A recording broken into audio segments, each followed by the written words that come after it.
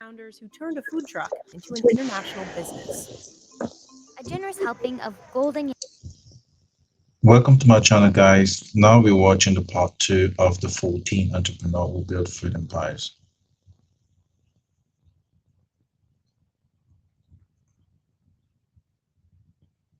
yellow rice sits underneath 12-hour marinated chicken, seared until tender. Roasted gyro meat sliced straight from the vertical spit. Packed together with crisp lettuce, tomato, onions, and peppers, along with a few delicate slices of pita, served soft and warm from the stove. But it's the extra creamy secret white sauce and notoriously spicy red sauce that made the Halal Guy's chicken and gyro platter a New York legend. The word halal refers to a specific way of butchering meat in the religion of Islam. But in New York, because of this one food cart, people also use halal as shorthand for a whole collection of street meats, sandwiches, and combo platters. The most famous of which is a platter with only 5 key ingredients. It's like one of my favorite foods to eat. So I came the first time I remember and I ate it and I was in love instantly. And it was like one of the best things I've ever ate in my life. Till now. Egyptian too. Yeah. So they're Egyptian. Just feels like home. Yeah. Exactly. Combination? Sure. The combo platter starts with a layer of golden yellow rice, which is made from scratch, off-site before heading to the cart. This basmati rice takes the longest to make, stirred for over 45 minutes and prepared in 40-pound batches, enough to fill 60 to 70 platters. But really, it's the chicken that takes the most care and attention. It's always marinated for 12 hours. And although the recipe is secret, Middle Eastern street meats generally use a marinade of herbs, lemon, olive oil, salt, and pepper. The halal guys wait to chop the chicken until it's fully cooked. This way, it stays tender and becomes as juicy as can be. After we cook it and well done, we cover up by the pita bread. You will get the flavor of the chicken in the pita bread. I think it makes also the pita bread moist because of the steam that comes out of it. So instead of having a dry pita bread, you can have a very moist pita bread and you can use it as a utensil.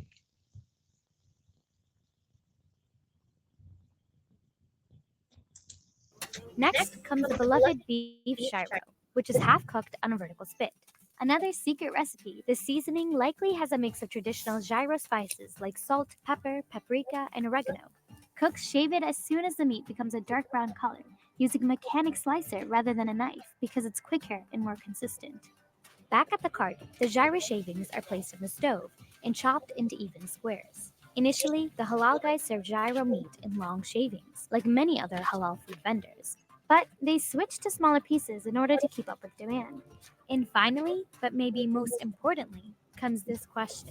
White sauce all over? Yeah, just all of the chicken, please. Okay, no problem. Like a lot of it. Yeah. You have to get the sauces. Most importantly, the white sauce.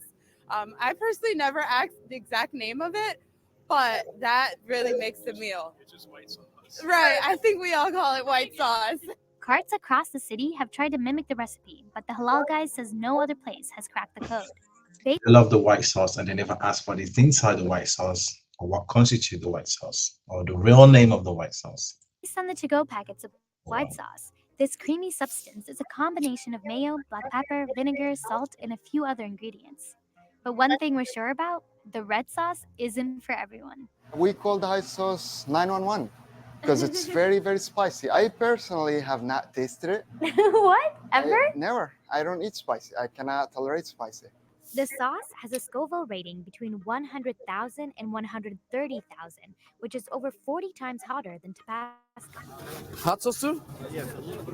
The cart guys won't let you walk away without telling you just how spicy it can be, and recommend taking a couple of packets to go rather than drizzling too much on your platter. I love the white sauce and I love spicy, so I definitely love the red sauce too. Recommend both. Okay. Wait, this barbecue? Oh, dude. 30 years ago, there were few halal carts in Manhattan until the halal guys opened one on West 53rd and 6th Avenue. It didn't take too long to win over customers, particularly cab drivers looking for an easy way to eat halal. At that time, they didn't find any halal food in New York City. So they came up with the idea, there's a lot of Muslims here. why can't we provide full halal meal for Muslim cabbies? And it started that way. Now, street meat is everywhere. But those cabbies have spread the word about the platters and gyros specifically from the halal guys. We have deals for cab drivers, okay, like better pricing, a couple of bucks cheaper, something, discount. Not to mention, there's even an express taxi line for drivers only. It's unfair, but this is their policy that if you're a cab driver, you don't have to wait in the line. You just skip from here and we give your sandwich or whatever the meal and you keep going. So Halal street food has become a staple meal for New Yorkers and a rite of passage for visitors. The cart has been praised by magazines, radio stations, and celebrities. just something you have to try. It's like you can't go to New York and not try halal, guys. What does it remind you of? Home, love, sweetness, not sweetness, spiciness. Oh my god, the chicken is so tender. The rice is exquisite. And the white sauce, I would die for the white sauce. Just how the white sauce complements the chicken and the spices that it's marinated in. I really loved it. I regret not trying it sooner. Now I'm going to spend the rest of my life eating more of it. Back in Louisiana, Madison McIntyre shows us how he built a crawfish business that makes roughly $500,000 annually. These crustaceans are big business for Louisiana. They contribute $300 million to the state's economy and end up across the U.S. Do you ever sneak a bite? But you can't help yourself, especially when they're hot. But this industry didn't even take off until recent decades. In the 80s, some rice farmers took a massive gamble. They experimented with cultivating the crawfish that lived below their fields, and it paid off. In just 9 years, Madison McIntyre has built one of the biggest crawfish companies in the state, handling up to 4 million pounds a year. Never imagined that it would be to this level, nor was it our goal. It kind of just happened organically. But because the farmed crawfish industry is so young, it's like the Wild West, unregulated and fast-moving. So how exactly did Louisiana's rice farmers come to harvest crawfish? And why do they stay in such a tough business? Crawfish are freshwater crustaceans, related to lobsters and shrimp. And they're native to Louisiana's bayous, rivers, swamps, and rice fields, like this one. And if you look closely, you'll see some holes. There's one right here. They go by all sorts of names: crawdads, crayfish, mud bugs. They come out the mud, literally. From late September to October, rice farmers flood their fields, and the crawfish emerge from their burrows hungry. By November, he can start catching them in rows of traps. Mauricio Guillen, nicknamed Junior, heads out on the crawfish boat, which doesn't have a steering wheel. And all that's controlled by foot pedals that are at his feet.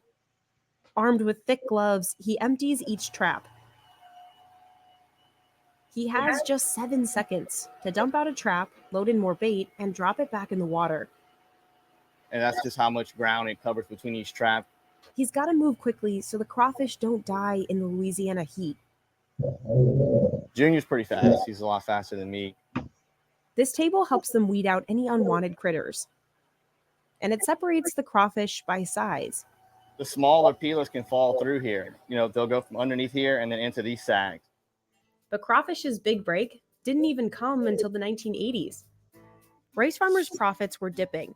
So looking for another income stream, they took a big risk and cultivated crawfish alongside the grain. Fourth-generation rice farmer Jim Johnson was one of them. It just works almost perfect together. There's almost no better combination of vegetation to go with crawfish. The rice plant provides a wetland for crawfish breeding and shade from the sun, and plays host to microorganisms like algae, larvae, and worms. The crawfish will feed off of those. The crawfish's poop then fertilizes the field, and the two crop seasons line up perfectly. When farmers harvest the rice, Very good cycle. Very good cycle. the crawfish have And very smart idea as well. safely burrowed themselves deep into the mud. Once the rice is picked, crawfish emerge from their burrows with babies. By winter, they're ready to be harvested and eaten. Soon, buyers all over the South, from Texas to South Carolina, began gobbling up the mud bugs. What was once just a local eat now makes up more than half of Jim's business. And with declining margins in the rice industry through the years, the crawfish not only supplemented it, but helped agriculture thrive. Today, the crops are an important part of economies like Welsh Louisiana's. All the crawfish in the whole nation are farmed in a 35-mile square radius of this area. From November to July, rice farmers end up with tons of crawfish packed into sacks like these. Junior and his team will load them onto trucks and book it to the crawfish dock. In the summer months, they have to get the mud bugs weighed and in the cooler within 3 hours, or else the heat could kill them. And dead crawfish breed bacteria. Once cooked, it's technically still edible, but the meat falls apart and it doesn't taste as good. Madison pays rice farmers about $1.25 a pound for their catch. Unlike most crawfish mongers, he doesn't come from a farming family. In 2014, he and his friend Charlie started selling them out of his truck in New Orleans. At an abandoned gas station, and we would serve boiled crawfish through there on the weekend. It was so successful, he bought more trucks and expanded into a full-fledged enterprise, Parrish Seafood Wholesale. While a lot of crawfish companies focus on just one part of the process, Madison does it all, along with his dog June. He grows his own crawfish and buys from 36 other rice farmers. He also owns a company that hauls the catch, a processing plant, and restaurants, cutting out the middlemen. Now we have a little over 60 employees. We run very, very, very, very small. All the profit with no middleman. 14 trucks, 7 days a week, 24/7. Madison washes some of his catch on this $150,000 machine. How many times have you gotten poked by crawfish? Every day, yeah. But you get used to it. Like, it doesn't really hurt. Not only do they have to watch their fingers, they have to watch out for runaways. And they're escape artists, so yeah. Crawfish have to hit the coolers right after washing to keep them alive until they're sold. Madison tries to move the high-grade, larger crawfish within 12 to 24 hours, but that's not always easy. It's all pretty much done on a handshake. There's no contracts. You have to be careful because people can buy all of your crawfish in the beginning of the season, and then as soon as the catch picks up, they can leave you and buy from somebody else. Stranding crawfish in these fridges. It can be a lot of pressure. The low-grade, smaller crawfish are easier for him to move because Madison just sells it to himself. Then he sends it to his Bro Bridge factory to process the tail meat. Workers start unloading the crawfish off the trucks starting at 4 a.m. They dump them into tanks and skim off any dead or weak ones from the top. Then they give the mud bugs a wash. A conveyor belt drops them into a giant steamer basket. Using a system of tracks, a worker carefully lowers the basket into a vat of boiling water. Just like lobsters, crawfish go in alive to get the best flavor. That's why it's so important to keep them kicking until this moment. It takes just 2 minutes to cook them through. Then Madison and the team break them down this steel table into the peeling room.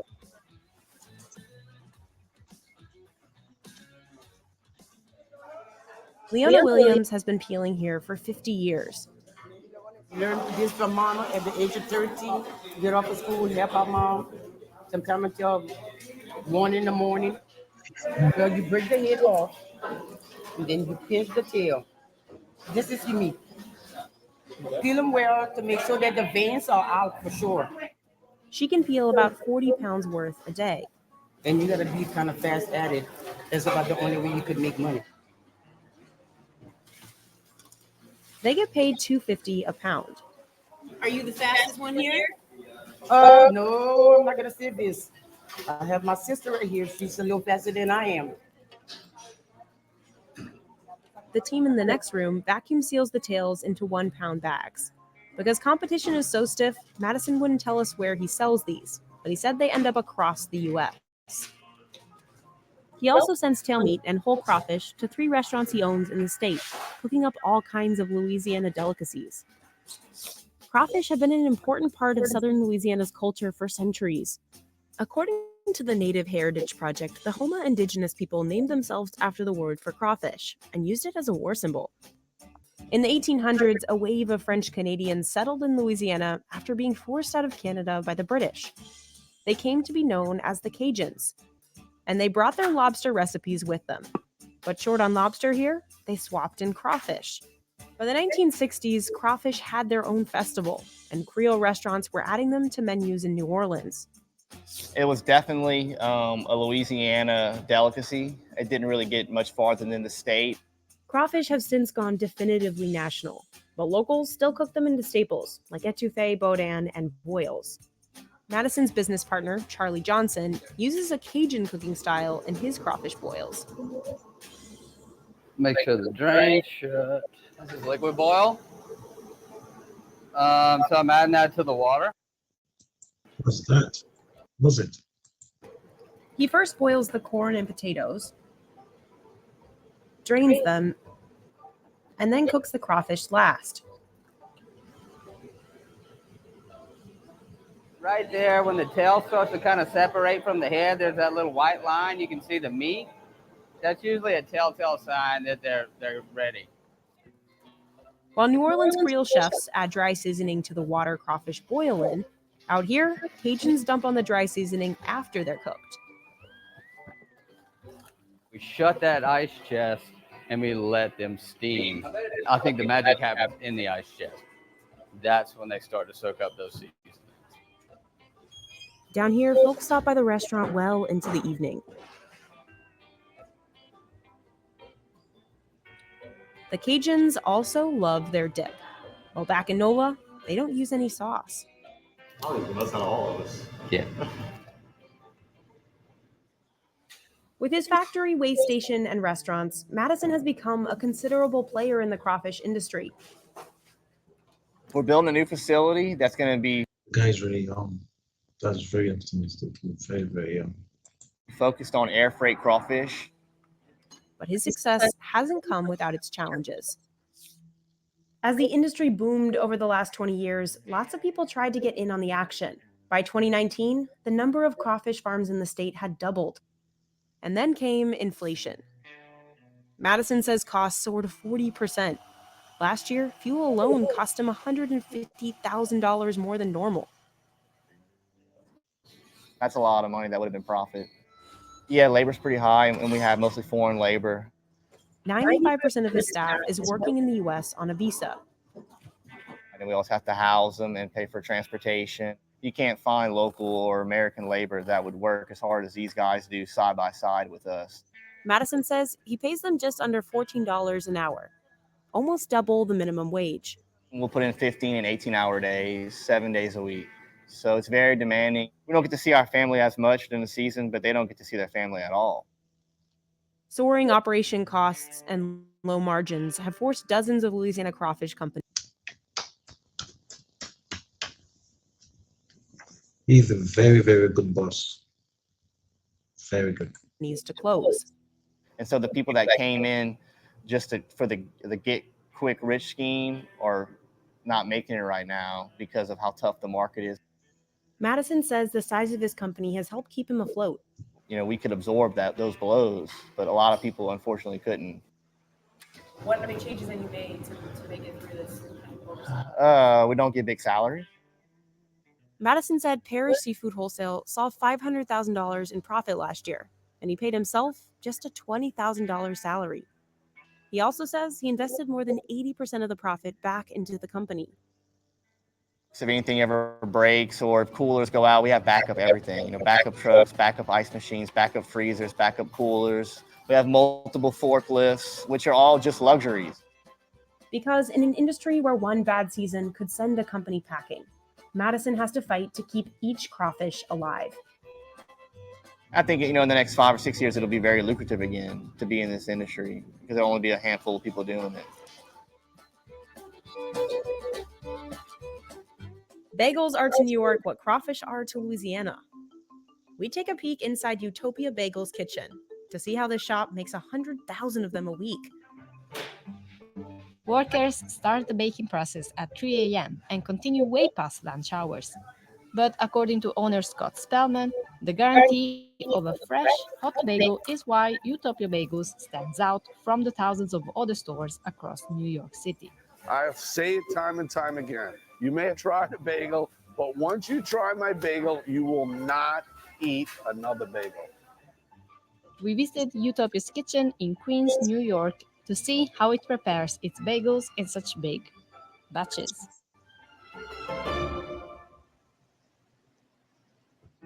It all starts with a 41-year-old dough recipe that uses barley malt. It's a really old school way of doing a bagel. Most stores that make bagels today use brown sugar, but to make a good quality bagel, you need this ingredient.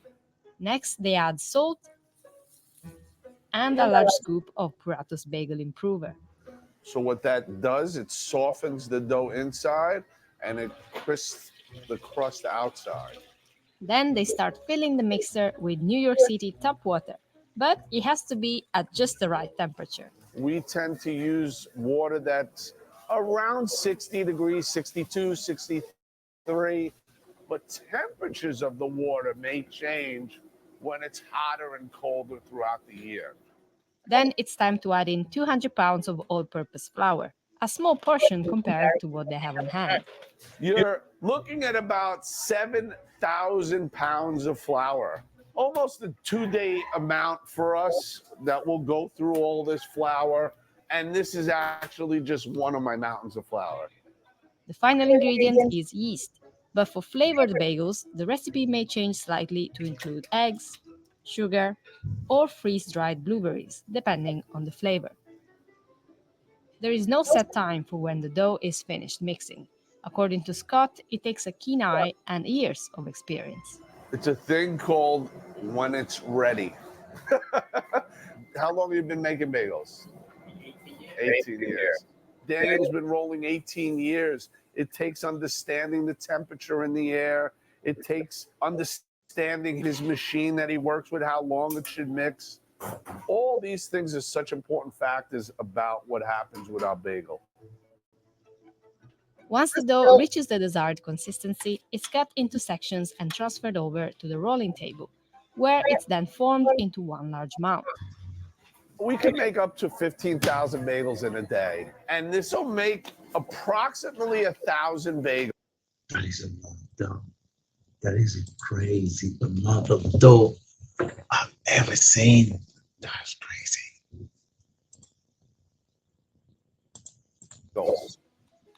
They cover the entire thing with a plastic sheet to help soften the dough before rolling.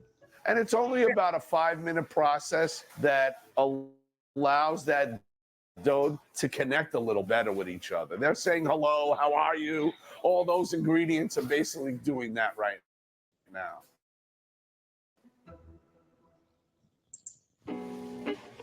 At any given point, there are 4 expert rollers on hand. These skilled men have between 15 and 27 years of experience perfecting their craft, something Scott says is a dying breed. There's not a school of rolling bagels out there right now, and these people are experts at their field. Listen, I think Derek Jeter said it best. If you put 10,000 hours into something, you're a professional. And Daniel has definitely put 10,000 hours into it. It takes an hour to an hour and a half for these hand rollers to individually slice, roll, and twist about 1,000 bagels. It takes a certain type of character because it's very tedious. You're cutting the same thing over and over. And I can tell who is rolling what bagel by the way they lock their bagel and form it together. Daniel has that little lip here that I noticed about Daniel's rolling that I can see, those were Daniel's bagels. And it gives each bagel their own personality. Our bagels are like snowflakes. Everyone is individually different, and that's what makes it special. Once the bagels are rolled, they're placed on these racks, covered with plastic and left to proof for a half hour. They then move into one of 3 fridges to ferment for at least 24 hours. What we're gonna do now is open these bagels up because we still have to reduce the heat to stop the rising of these bagels. We tend to stop the proofing where a lot of places tend to expand their proofing so that bagels are bigger. There's a misconception that bigger bagels are better, and they're not by far. As you see, each rack has approximately 1,000 bagels. So you're looking at 10,000, 15,000 bagels right before your eyes. And this is only one of my fridges that we keep the bagels. Here's my second fridge. Again, you have racks of bagels, 1, 2, 3, 4. We have close to 7,000, 8,000 more bagels. So this is basically where we'll keep our everyday making of the bagels. Now it's time for fun and games. We're going to start baking some bagels. We'll always have 2 people working the oven. So there's a kettle man, which we'll call him. So he'll control the flow of the bagels into the kettle. And then there's the guy on the oven that will be his director. But the kettle is the ultimate guy in control because he knows when that bagel's ready to come out of that kettle. It's so important. Once the bagels have been properly boiled, they're scooped over to boards that have been pre-seasoned with the appropriate flavors, such as poppy, sesame, or the very popular everything mix. Now, are these hot? Yes, they are very hot.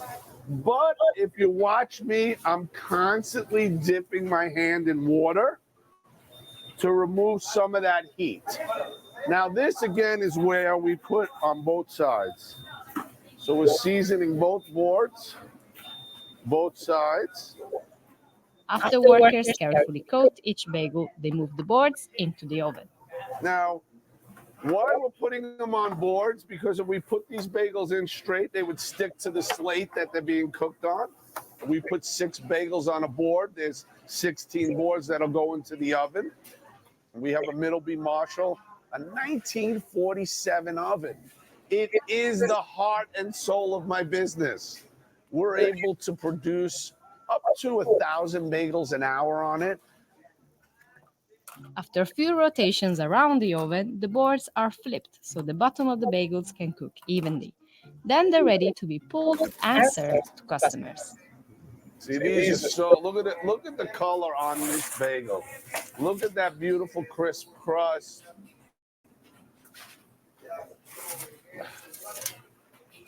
My son always does the knock test, but feel that crisp crust? Look at that steam coming out of that bagel.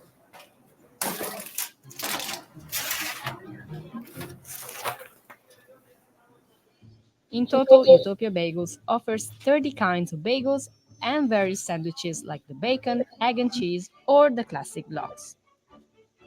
43 staff members make up Utopia Bagels, and they all work like a well-oiled machine to serve the 3,500 customers who visit the shop every week. We're busiest on the weekend, Saturday and Sunday. We could have a line lasting for 8 hours straight. But you get me crying about my customers because our fan base is like none other. It's like a landmark. Everybody's been coming here for over 50 years. It's like a home place for everybody. It's the atmosphere, it's the people, it's the owner. Everybody's so nice here. And when you come in, you feel welcomed. Everything is good. I've been around to other bagel stores, but there's no place like home. Scott treats you like family when you come here. Utopia Bagels is the best. The most important thing about our bagels is right here. And I get emotional about it, but it's the heart and soul. Every worker here has heart and soul. It truly is something I live for and something we work at. You know, my passion for making people smile with our food and what we produce is a joy for me. It really is. Bang Cookies started at farmers markets. Now, George Kwan and his team have grown the business to multiple locations. Here's how they make 20,000 cookies a month. George and his team source ingredients from all over the world, whether it's grass-fed butter from New Zealand, chocolate chunks from Europe, or macadamia nuts from Hawaii. Each one affects the way these cookies bake and taste. The shop's bestseller is its most classic rendition, the sea salt chocolate chunk cookie. This recipe uses a mix of white and brown sugar, locally milled organic flour, grass-fed butter, and both milk and semi-sweet dark chocolate. The different chocolates gives it different. Grass-fed butter. Grass-fed. What is that? Grass-fed butter.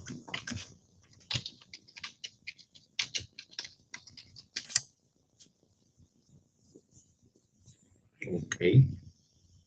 Kerrygold, pure Irish. Okay, Kerrygold, pure Irish. Guys, that's why it's grass-fed butter. Oh, wow. Nuance of flavors, so it gives them more complexity. So it kind of counterbalances the difference between the sweetness of the actual milk chocolate versus the semi-bitterness of semi-sweet chocolate chunk. Each cookie is topped with a sprinkle of sea salt because when it hits your mouth, it hits it in a way that you're biting into the cookie and then you're tasting the sweetness and the saltiness in combination. Another popular pick off the menu? We love the s'mores. S'mores, I really love that one. I know they do a s'mores cookie really well. It's like nice and gooey, but with the crunchy outside. This one's notably more time consuming to make than the rest. Every single s'mores cookie that we do has to be pieced together with broken graham crackers that we break by hand and then manually put it in. Finally, each cookie is individually packaged in plastic, so customers can see exactly what's put on the inside. It also keeps them fresh and soft. I feel like it's gooey, it's big, I can taste that it's organic, it's like good ingredients. Bang Cookies didn't initially attract customers for cookies, but rather the name of the shop itself. We wanted a name that would be able to draw attention because we didn't have like the marketing funds at all. We wanted something that's outlandish because we're the new players in the farmers market. So we decided to call ourselves Bang Me Bakery in the very beginning. A lot of customers would look over like, is that a real name? Like, yeah, it is. Let's try the cookies now. And they did. The name changed to be a bit more kid-friendly, but the customers kept coming. It's 5:26. What time did you get online? 4:10.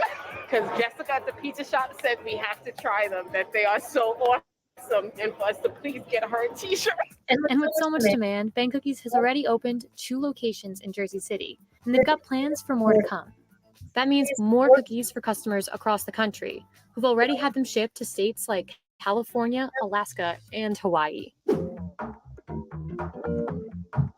Here at this noodle shop, we meet Jason Wang to see how he grew. Okay, thank you very much, guys, and I will see you on to the next video. Please do subscribe and like the video.